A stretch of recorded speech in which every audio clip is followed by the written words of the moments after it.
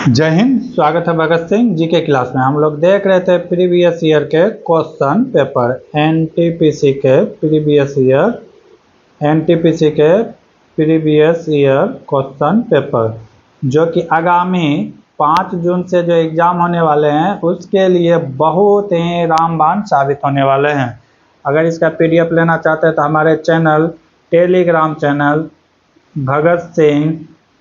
Bhagat Singh GK class से जुड़े, वहाँ पर सारा पीडीएफ उपलब्ध मिलेगा। आरपीएफ हो, एनटीपीसी हो, टेक्नीशियन हो और एलपी हो, सीबीटी 1 सीबीटी 2 सारा क्वेश्चन वहाँ पे उपलब्ध है। चलिए आज लेट न करते हुए हम लोग देखते हैं आज का पहला क्वेश्चन। 36 नंबर तक क्वेश्चन हम लोग पिछले क्लास में देख चुके थे, आज देखेंगे 37 नंबर क्वेश्चन से आगे। क्वेश्चन क्या कर रहा है, आर्यन को एक कार्य को पूरा करने में विपिन से दुगुना समय लगता है। क्या कर रहा है, आर्यन है और ये विपिन है, तो क्या क्या आर्यन का विपिन से दुगुना समय लगता है। अगर विपिन 1 घंटा में करता है तो आर्यन कितने घंटा में करता है, 2 घंटा में करता है। ठीक है, ये समय की बात है, ये क्या है, समय की बात। अगर यही क्षमता की बात करेंगे तो रेशियो पलट जाएगा, 1:2 हो जाएगा। 1:2 क्या हो जाएगा, 2। ये समय का क्षमता का यानी कि अपोजिट होता है। ठीक है, अब क्या कर रहा है, वे दोनों मिलकर किसी कार्य को 2 दिन में पूरा कर सकता है। ये दोनों मिलकर क्या कर रहा है कि आर्यन और विपिन दोनों मिलकर 2:1 होके दोनों मिलकर किसी कार्य को 2 दिन में समाप्त कर सकता है। इसका तो पूछ रहा है कि विपिन अकेले उस कार्य को कितने दिन में करेगा, विपिन उस कार्य को कितने दिनों में करेगा। विपिन का क्षमता क्या है, 1, तो क्या हो जाएगा। अच्छा ठीक है, तो यहाँ पे 3 इकाई मान लेते हैं। 3 इकाई का वैल्यू कितना है, 2 डेज। ठीक है, और हमें चाहिए क्या, 2 इकाई, क्योंकि इसका रेशियो क्या है, क्षमता 2 है। विपिन का क्षमता क्या है, तो 2 बराबर क्या हो जाएगा, तो 2 बराबर क्या हो जाएगा, 3 × 2/2। 2 हो जाएगा कैंसिल, इक्वल टू 3 डे। यानी कि विपिन जो है अकेला कितने दिनों में कार्य कर देगा, तो 3 दिन में कर देगा।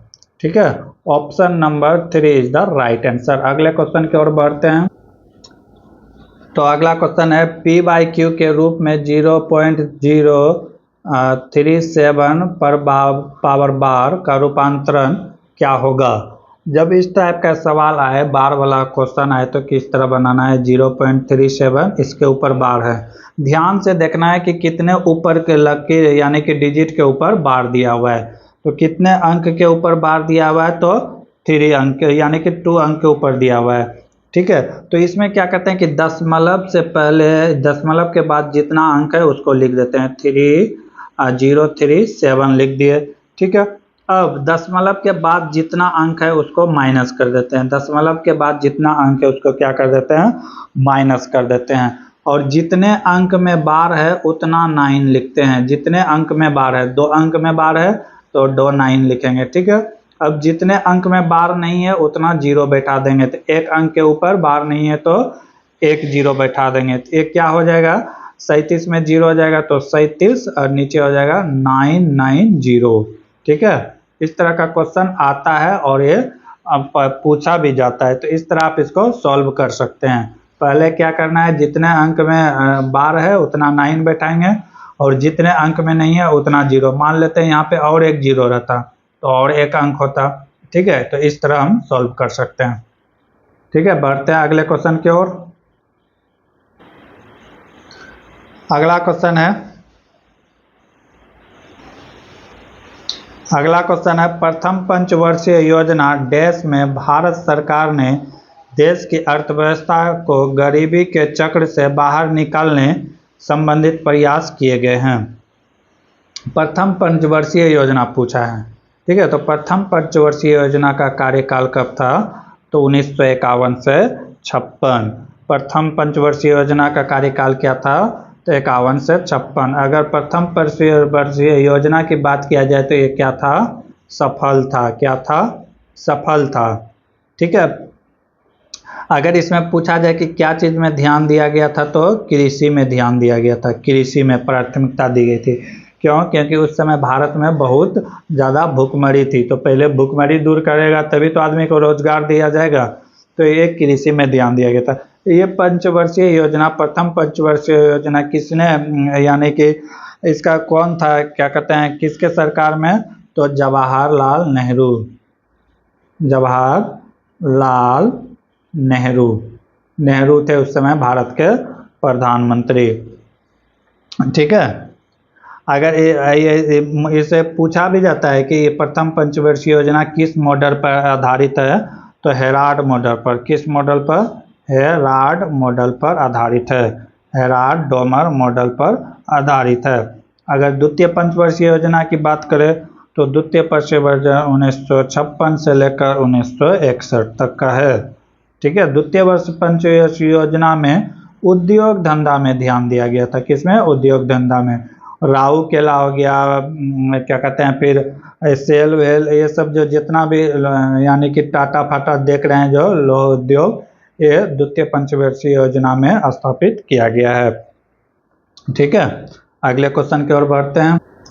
अगला क्वेश्चन क्या है? प्रत्येक तत्व का एक नाम और एक होता है, डैश होता है, क्या होता है? तो एक अद्वितीय रासायनिक प्रतीक होता है। एक क्या होता है? एक अद्वितीय रासायनिक प्रतीक, जैसे मरकरी, मरकरी। ठीक है। मरकरी का अगर संकेत पूछे तो क्या होता है? Hg होता है। तो यही चीज के बारे में बात कर रहे हैं। जैसे सोना, सोना हो गया, उसका क्या होता है? Au होता है।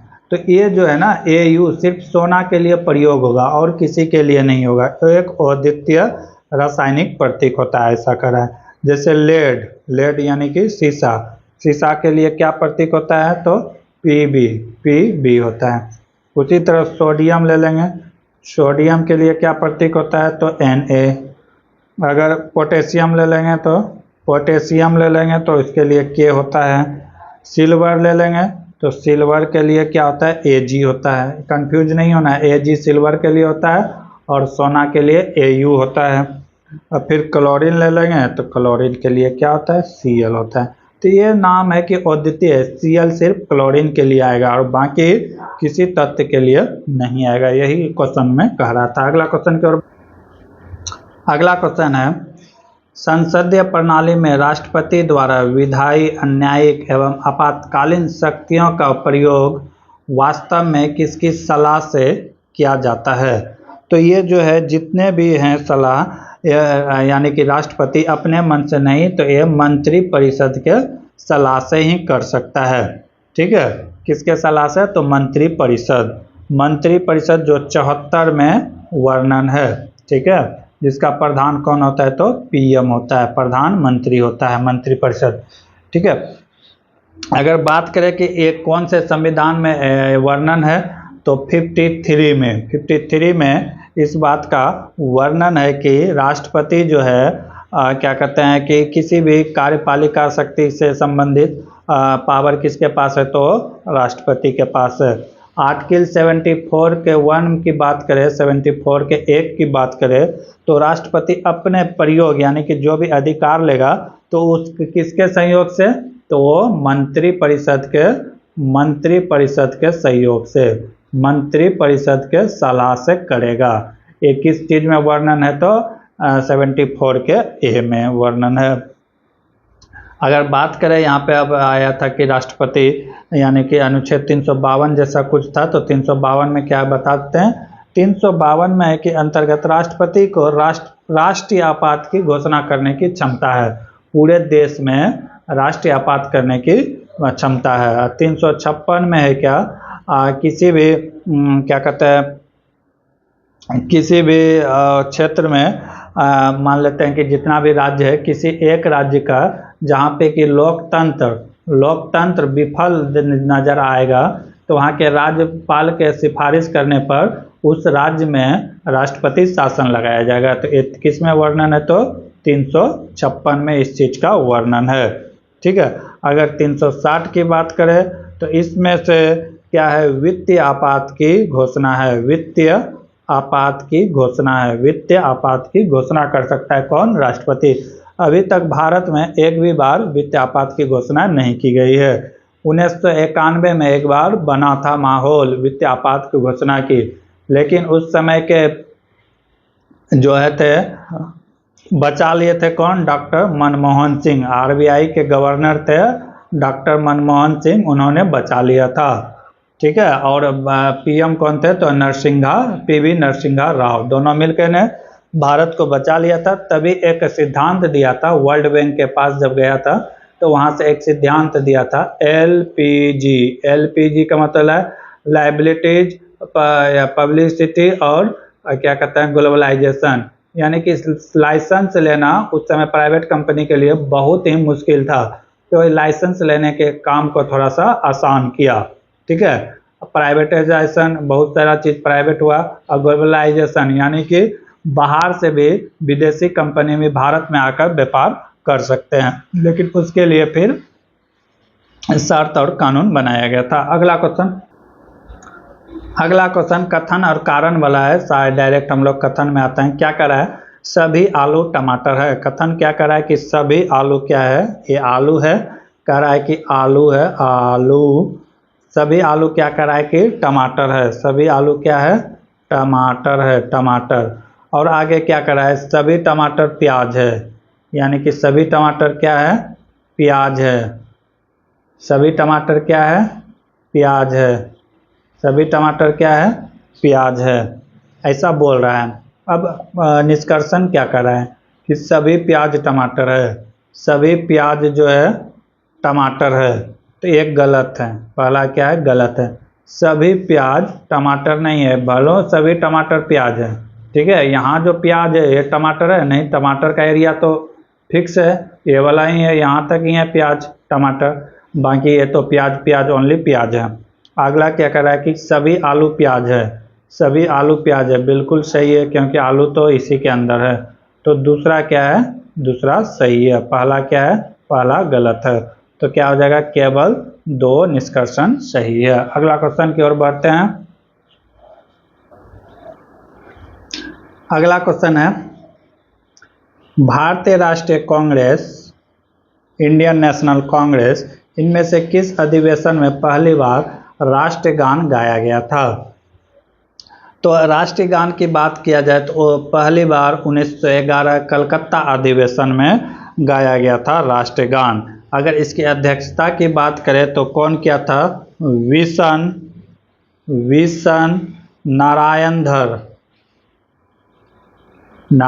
धर के द्वारा अधिवेशन की गई थी। ठीक है, किसके द्वारा? विशन नारायण धर के द्वारा किया गया था।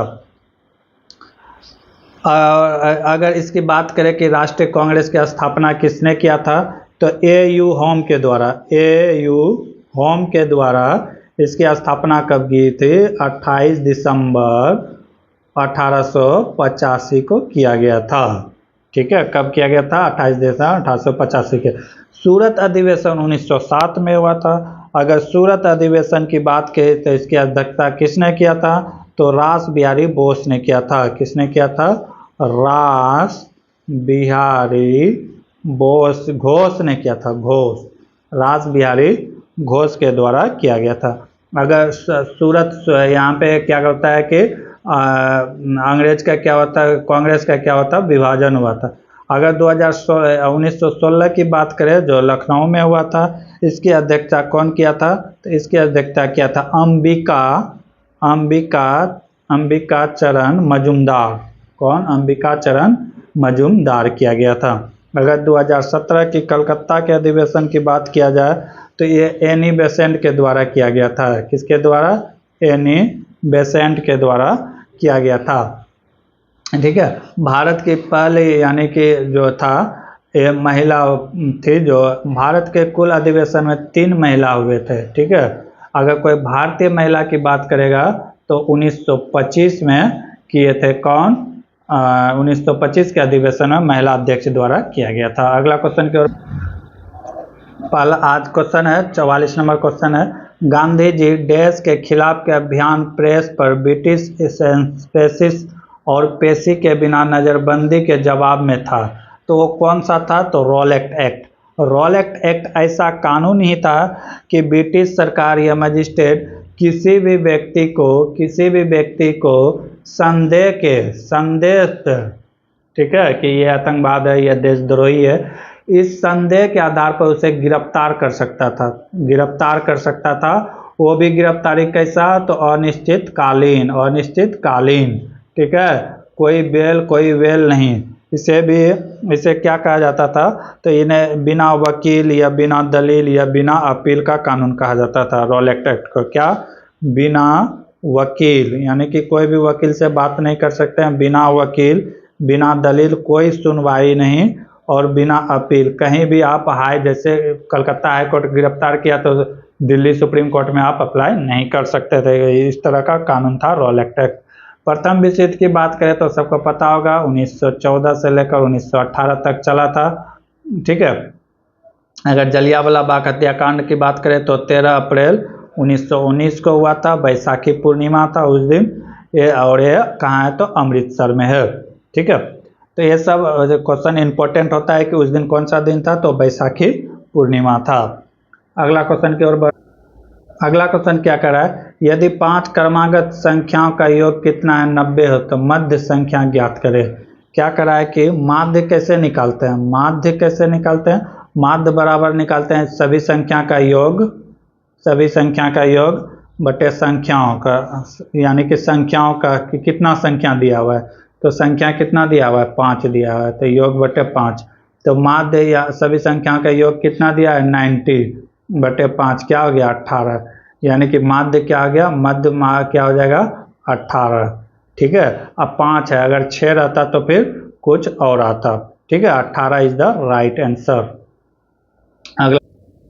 अगला क्वेश्चन है, अनीता और विनीता 1950 रुपये की राशि को आपस में 6:7 के अनुपात में विभाजित करता है। यदि उनमें से प्रत्येक के हिस्से में 100 रुपया की राशि जोड़ दिया जाए तो उनके हिस्से का नया अनुपात क्या होगा। कौन कौन है, अनीता है और कौन है, विनीता, ठीक है। अनीता और विनीता है, इन दोनों का रेशियो का अनुपात दिया हुआ है 6:7। रुपये कितना दिया है, तो 1950 रुपये दिया है। 1950 से 1 का वैल्यू निकाल लेंगे, 13 से इसको क्या कर देंगे, डिवाइड कर देंगे। अगर 13 से अगर डिवाइड करते हैं तो कितना बार में जाएगा, 13 का 13 बचा 6, 13 5 65, 10, यानी कि 1 का वैल्यू आ गया कितना, 650। तो इसको 650 से गुना कर देंगे, दोनों साइड 150 से गुना कर देंगे। 15 छक्के कितना हो गया, 900, और ये कितना हो जाएगा, 7 और 3.5 1050। अब सवाल में क्या कर रहा है, सवाल में कह रहा है कि 100 रुपया दोनों की राशि में ऐड किया जाए। 100 रुपया ऐड कर दिए थे, कितना हो गया, 1000, और इसमें ऐड कर देंगे तो कितना हो जाएगा, 1150। 100 रुपया ऐड कर देंगे तो 11 से कितना हो जाएगा, 50। अब इसी दोनों का रेशियो पूछा है, निकाल देंगे। 10 से 10 कैंसिल, इधर बचा 100, इधर बचा 115, तो ये कितना बार में जाएगा, 20 से 5 बार में, ये 5 से जाएगा 23 बार में। तो रेशियो क्या हो गया, 20:23। Option number 2 is the right answer. अगला क्वेश्चन की ओर बढ़ते हैं। अगला क्वेश्चन है, दिए गए पैटर्न को ध्यानपूर्वक अध्ययन करें और दिए गए विकल्प को उस संख्या का चयन करें जो प्रश्न चिन्ह के स्थान पर आएगा। तो प्रश्न नहीं दिखाई देगा, हम लिख देते हैं क्या क्या है।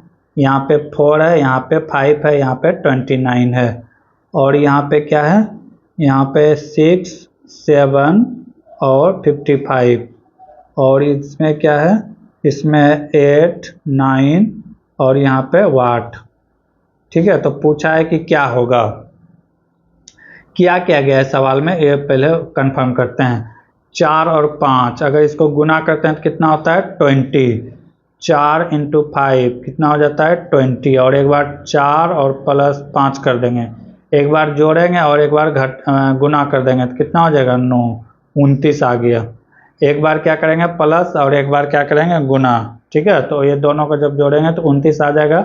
इसमें भी वही, एक बार इस दोनों को जोड़ेंगे तो कितना हो गया, 13, एक बार दोनों को गुना करेंगे तो 7 के 42, कितना हो गया, 5, 5, 55। तो सेम वही करेंगे, 8 नाम कितना हो गया 72, एक बार गुना कर देंगे एक बार जोड़ेंगे, 8 दूना 16 1 17 हो जाएगा। तो जोड़ देंगे कितना हो गया 9 और 9 1 कितना हो जाएगा 10। 109 इज द राइट आंसर। 109, 8 नाम 72 होगा ना, ये क्या लिख दिया है 72 होगा।